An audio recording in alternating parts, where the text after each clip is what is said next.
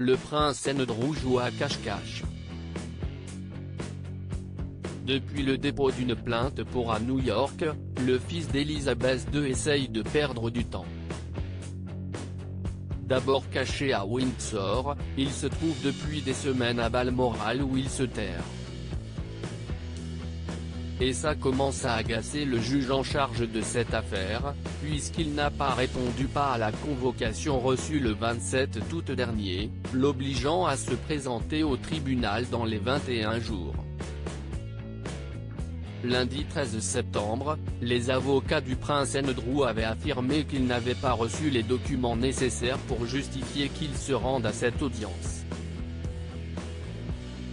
Dans la foulée, son accusatrice a publié des clichés accablants. On voit ainsi un employé du bureau londonien du cabinet d'avocats Bois-Schiller Flexney LLP en train de poster l'enveloppe contenant le procès dans une boîte aux lettres rouges traditionnelle de Royal Mail.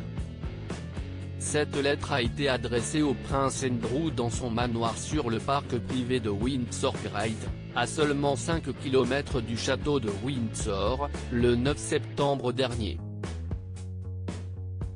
C'était alors la 5e fois que les avocats de Virginia Giuffre tentaient de le joindre. Nous pensons avoir respecté les exigences pour lui remettre le courrier et nous avons déposé la preuve de la notification vendredi dernier, assure David Bois, l'avocat de la plaignante. Dans la foulée, la haute cour britannique a annoncé qu'elle était prête à servir d'intermédiaire dans le cadre de l'affaire d'agression sexuelle pour laquelle il est poursuivi au civil aux États-Unis. Mais les conseils du duc font tout pour retarder l'échéance judiciaire. Les avocats du prince Andrew ont indiqué qu'ils pourraient chercher à contester la décision de la haute cour de reconnaître la validité de la demande de signification de la convention de la faite par les avocats de Madame Giuffre, a-t-on appris. La haute cour a ordonné que toute contestation soit déposée avant la fermeture des bureaux le 24 septembre. Le prince Andrew commence à être inquiet. Pour ne pas que les avocats du prince Andrew continuent de nier avoir reçu les documents, le juge Kaplan a demandé à ce qu'ils puissent être remis à ses conseils de Los Angeles à la place. L'étau se resserre donc autour du duc.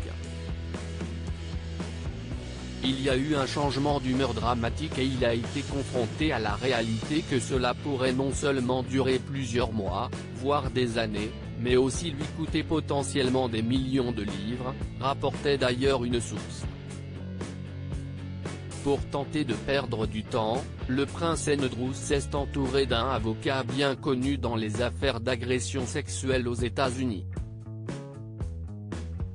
Pour rappel, Virginia Giuffre assure avoir été prêtée au duc d'York par Jeffrey Epstein et Ghislaine Maxwell lorsqu'elle travaillait en tant que masseuse au sein du réseau de prostitution du milliardaire américain. Le prince Andrew nie en bloc les faits qui lui sont reprochés et dont il va devoir répondre devant la justice.